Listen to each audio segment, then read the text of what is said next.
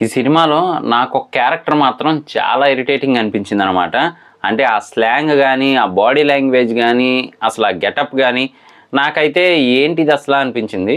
అలాగే ఈ మూవీని డైరెక్ట్ చేసిందైతే గనక మన యాక్షన్ కింగ్ 'అర్జున్' గారున్నారు గదా! ఆయనే ఈ మూవీ డైరెక్టరు. ఓన్‌గా వాళ్ళ అమ్మాయినే హీరోయిన్‌గా పెట్టయితే ఈ మూవీ తీశారనమాట. ఓకే. ఇక నాకు బాగా ఇరిటేటింగ్ అనిపించిన క్యారెక్టర్ చెప్పాను కదా!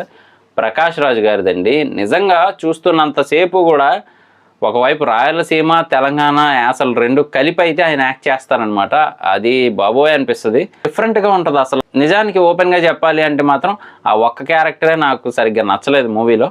అలాగే ఇదే టైప్ క్యారెక్టర్ ఇంతకుముందు 'గోవిందుడు అందరూ వాడేలే' అనే మూవీలో కూడా ప్లే చేశారు. అంటే తాత టైప్ క్యారెక్టర్. అది ఇంకా బావుంటుంది. ఇక ఓవరాల్‌గా మూవీ కాన్సెప్ట్‌లోకి వెళ్ళిపోతే గనక హీరోయిన్ పేరే సీత అండి. సో, ఆవిడ హైదరాబాద్‌లో ఒక స్పెషల్ వర్క్‌షాప్ కోసం అయితే బయలుదేరి వెళ్తారనమాట. వెళ్ళే దారిలో కొంతమంది మనుషులను కలుస్తూ వెళ్తారు.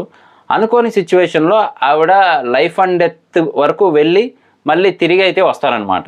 సో, మరి అక్కడ ఏం జరిగింది అనేది హైలైట్‌గా చూపిస్తారు. అలాగే ఈవిడ బతకడానికి కారణం ఇప్పటి వరకు ఎవరినైతే కలిసారో వాళ్ళ వల్లే అని ఆవిడ అనుకుంటూ ఉంటారనమాట. సో, అందుకని వాళ్ళకి తిరిగి థ్యాంక్స్ చెప్పడానికైతే ఒక్కొక్కరిని కలుస్తూ వెళ్తారు.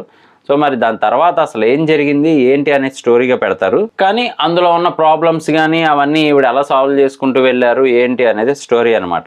కొన్ని పాజిటివ్ పాయింట్స్ కూడా ఉన్నాయి. కానీ ఓవరాల్‌గా మూవీ పరంగా చూస్తే మాత్రం ఈ మూవీ చూడాలి అంటే చాలా ఓపిక అయితే కావాలన్నమాట. కొన్ని సీన్స్ గానీ, అవి గానీ చాలా బాగా తీశారు. సో, ఇదైతే సన్ నెక్స్ట్‌లో అవైలబుల్‌గా ఉంది. ఇది నా రివ్యూ మాత్రమే. మరి చూసిన తర్వాత మీకేమనిపించింది అనేది కింద కామెంట్ చేయడం మర్చిపోకండి. నేను మీ ప్రసాద్. మళ్ళీ నెక్స్ట్ వీడియోలో కలుస్తాను. Love you all.